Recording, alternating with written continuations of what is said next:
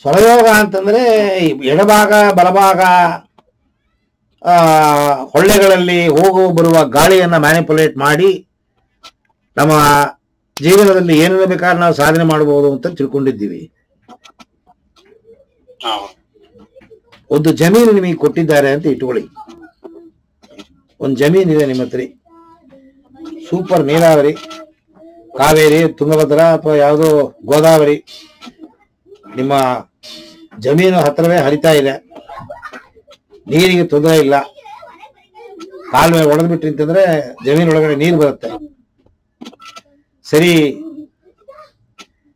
ನೀವು ಜಮೀನು ಅದನ್ನ ನೀವು ಚೆನ್ನಾಗಿ ಫಸಲು ತೆಗಿಬೇಕು ಅಂತಂದ್ರೆ ಅದನ್ನು ಉಳಿದು ಅದರಲ್ಲಿರೋ ಕಳೆ ಎಲ್ಲ ತೆಗೆದು ಅದಕ್ಕೆ ಗೊಬ್ಬರಗಳನ್ನ ಹಾಕಿ ಅದನ್ನ ಏನ್ ಹೇಳೋದು ಒಪ್ಪ ಮಾಡಿ ಆಮೇಲೆ ನೀವು ಬೀಜ ಹಾಕಿದ್ರೆ ಅದು ಒಳ್ಳೆ ಕ್ವಾಲಿಟಿ ಬೀಜ ಹಾಕಿದ್ರೆ ಅದು ನಿಮಗೆ ಫಸಲು ಕೊಡುತ್ತೆ.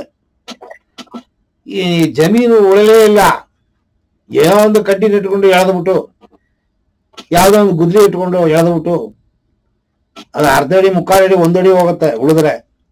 ಇದು 1/4 ಇಂಚು 3/4 ಇಂಚು ಇಲ್ಲ, ಏನೋ ಕಾಟಾಕ್ ಮಾಡ್ಬಿಟ್ಟು ನೀವು ಬೀಜ ಹಾಕಿದ್ರೆ ಅಂತಂದ್ರೆ ಪಕ್ಷಿಗಳೆಲ್ಲ ಹೊತ್ಕೊಂಡು ಹೋಗುತ್ತೆ, ಗಿಡವೂ ಬರಲ್ಲ ಫಲವೂ ಬರಲ್ಲ. ಏನು ನೀರು ಬಂದು ಏನು ಉಪಯೋಗ, ಗೊಬ್ಬರ ಹಾಕಿ ಏನು ಉಪಯೋಗ. ಹಾಗೆ ನೀವು ಈ ಅಭ್ಯಾಸಗಳನ್ನ ಮಾಡಕ್ ಶುರು ಮಾಡಿದಾಗ ನಿಮಗೆ ಗೊತ್ತಿಲ್ಲದೇನೆ ನಿಮ್ಮ ದೇಹ ಪವಿತ್ರವಾಗುತ್ತೆ, ನಿಮ್ಮ ಮನಸ್ಸು ಪವಿತ್ರವಾಗುತ್ತೆ. ಏನುವೇ ಮಾಡಿದೇನೆ ನಂಗೆ ಬರೀ ಎಂಡು ರಿಸಲ್ಟ್ ಮಾತ್ರ ಬೇಕು, ಅದು ನಡೆಯಲ್ಲ. ಅದು ಅದೇ ಜನಗಳಿಗೆ ಗೊತ್ತಾಗಲ್ಲ ಪಾಪ. ಮಿಂಚೋದೆಲ್ಲ ಚಿನ್ನ ಅಂತ ತಿಳ್ಕೊಂಡಿದ್ದಾರೆ, ಎಲ್ಲ ಚಿನ್ನವಲ್ಲ. ಆದ್ರೆ ಸಿಗುತ್ತೆ, ಅದ್ರ ದಾರಿಯಲ್ಲಿ ಹೋದ್ರೆ ಮಾತ್ರ ಸಿಗೋದು, ಶಾರ್ಟ್ ಕಟ್ ಹುಡುಕಿದ್ರೆ ಸಿಗಲ್ಲ.